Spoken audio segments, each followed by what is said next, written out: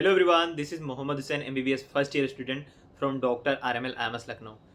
तो आज इस वीडियो में हम लोग बात करेंगे 0 से 529 तक का मेरा सफ़र। 2-3 बच्चे पूछ रहे हैं मुझसे और ये भी बात कर रहे थे कि अगर भैया आप इस टॉपिक पे वीडियो नहीं बनाएंगे तो आपका चैनल रिपोर्ट कर देंगे। तो मैं सोचा चलो ठीक है, इस टॉपिक पे एक बार वीडियो बनाते हैं। और जो बच्चे अभी फर्स्ट टाइम एकदम फ्रेशर हैं उनके लिए तो काफ़ी हेल्पफुल रहेगा ये वीडियो, क्योंकि एज अ फ्रेशर क्या मैं फ़ील किया था उस टाइम, क्या मुझे करना चाहिए और क्या-क्या गलतियाँ मैंने अवॉइड की थी, जिससे मेरे 529 नंबर फर्स्ट अटेम्प्ट में आए थे। बात करें अगर तो मेरी 10th तक जो यूपी बोर्ड थी, तो मेरे को इंग्लिश का उतना आइडिया नहीं था और इंग्लिश उतनी अच्छी नहीं थी मेरी। मैंने 11th-12th हैदराबाद से किया, तो वहाँ मेरा इंग्लिश मीडियम था, तो मेरे बेसिक जो हैं वो 11th-12th उतना क्लियर नहीं हो पाए थे। तो फिर वहाँ से मैंने लखनऊ हज़रतगंज में कोचिंग जॉइन करी। तो एज़ ए एवरेज स्टूडेंट क्या-क्या ख़्याल आ सकते हैं एक स्टूडेंट के दिमाग में जब वो नीट की तैयारी करने आता है। जैसे अब मैं अपना बताता हूँ, वैसे आप लोग के भी रिलेट करिएगा, आप लोग के भी सेम ख़्याल आते होंगे दिमाग में, जो सोचते होंगे आप भी ऐसे ही।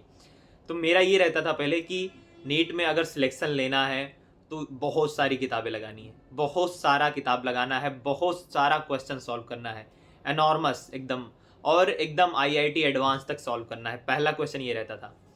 और दूसरा क्वेश्चन ये रहता था कि मैं जो पढ़ा हूँ, जो मैं पढ़ा, उसको मैं एक किताब से ना 4 किताब से पढ़ता था कि मैं एक्स्ट्रा ऑर्डिनरी बनूँगा, मेरे को हर एक चीज़ आनी चाहिए, नहीं तो नीट में अगर बाहर से पूछ लिया, तो मैं क्या कर पाऊँगा। लाइक मान लीजिए बोल रहे हैं एनसीईआरटी से आता है, एनसीईआरटी से आता है, लेकिन मान लो अगर क्वेश्चन बाहर से आ गया तो मैं क्या करूँगा? इसलिए मैं उस टाइम ये सोचा था कि मैं बहुत सारी चीज़ें पढ़ूँगा।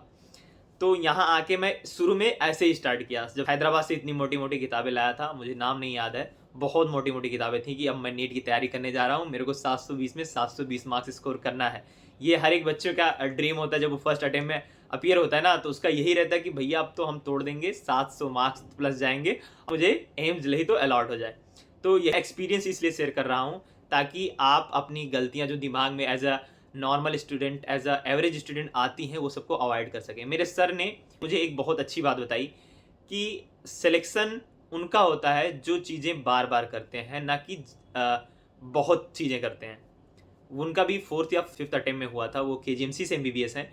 तो वो बताते हैं कि बताए थे, ये बहुत अच्छी बात लगी थी मुझे कि सिलेक्शन उन्हीं का होगा जो एक ही चीज़ को, लाइक 100 क्वेश्चन आपको केमिस्ट्री में दिए गए हैं।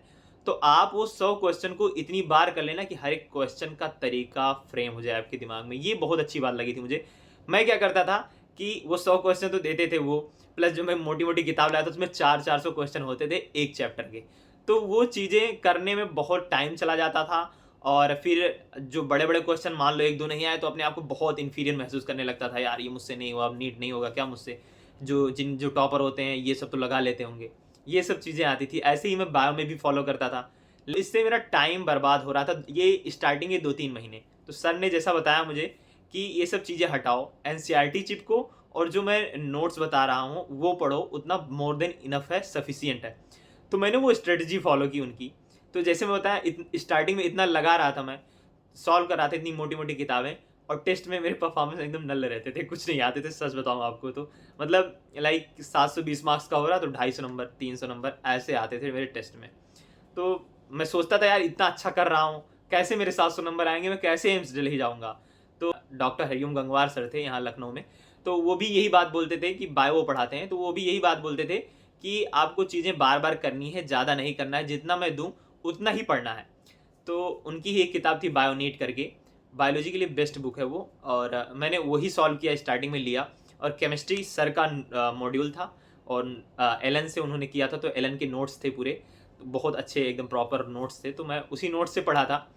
लगाने की कोशिश किया, क्योंकि अब सोचिए जब आदमी 300 क्वेश्चन लगा रहा है, उसके पास वो टाइम निकाल के लगा रहा है 12-2 बजे तक जाग के रात में, तो अगर उसे 150 क्वेश्चन मिल जाएगी तो वो कितनी बार लगाएगा? तो मुझे जब 150 क्वेश्चन ही करने होते थे, तो मैं उसे 5 बार लगाता था एक ही दिन में, कि एक बार कर लिए, फिर दूसरा पढ़ लिए, फिर उसको करना शुरू किए। तो जब एक बार कर लेते थे तो स्पीड डबल हो जाती थी उसकी। ऐसे दो, क्योंकि स्टार्टिंग में cell the unit of life थी, तो स्लो सर पढ़ाते थे, लाइक एक लेक्चर में माइटोकॉन्ड्रिया पढ़ा रहे हैं, एक लेक्चर में पूरा सेल मेम्ब्रेन की डिटेल्स, जो फ्लूइड मोज़ाइक मॉडल था इसको पढ़ा रहे हैं। तो मैं उसको इतना पढ़ लिया था कि मेरे को अपने आप पूरा ओरली लाइन बाय लाइन याद आते थे।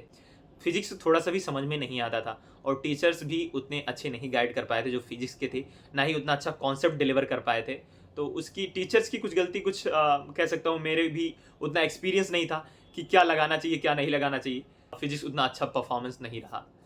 तो बाकी हाँ, जो सर बताया मैं वो स्ट्रेटजी फॉलो किया कि कम चीज़ें लगानी है, बार-बार लगानी है। तो जो मेरे 250 नंबर आते थे टेस्ट में, वो धीरे-धीरे इम्प्रूव होने लगे, 300, 320, 400 तक जाने लगे। वही कोरोना आ गया बीच में, तो कोरोना की वजह से पूरी मेरी जो कोर्स था, सिलेबस वो भी नहीं कंप्लीट हो पाया था मेरा। 2 यूनिट लगभग बायोलॉजी का छूट गया था और केमिस्ट्री में तो पूरी मेरी ऑर्गेनिक छूट गई थी। 11th-12th पूरी ऑर्गेनिक छूट गई थी कोरोना की वजह से। और फिजिक्स में भी एक बड़ा पोर्शन छूटा था मेरा, लगभग 30% छूट गया था बिना पढ़े, मतलब पढ़ा ही नहीं था उन्हें। तो घर पे आया, तो घर पे तो जानते हैं डिस्ट्रैक्शन इतना होती है, मैं तो घर पे नहीं पढ़ाई होती मुझसे उतना, अभी भी जात नहीं हो पाती। आप लोग भी ये ऑब्जर्व किए होंगे कि यहाँ कोचिंग से आप लोग किताबें लेके जाते होंगे कि अब घर जाके तो पढ़ेंगे अच्छे से, लेकिन किताब वैसे वैसे बैग में पैक रह जाती, आप लोग खोल नहीं पाते होंगे। ये हर एक लोग के साथ होता है, तो इट्स अ नॉर्मल थिंग्स। अभी भी एमबीबीएस में भी ये होती है कि हम लोग किताबें तो लेके जाते हैं घर में कि यार घर में अच्छे से पढ़ेंगे, लेकिन हो नहीं पाती है बढ़िया से। आपसे कि अगर आप फ्रेशर हैं, फर्स्ट टाइम नीट पेपर देने जा रहे हैं और तैयारी कर रहे हैं, तो आपको 4 चीज़ें एकदम दिमाग में रख के चलनी होगी।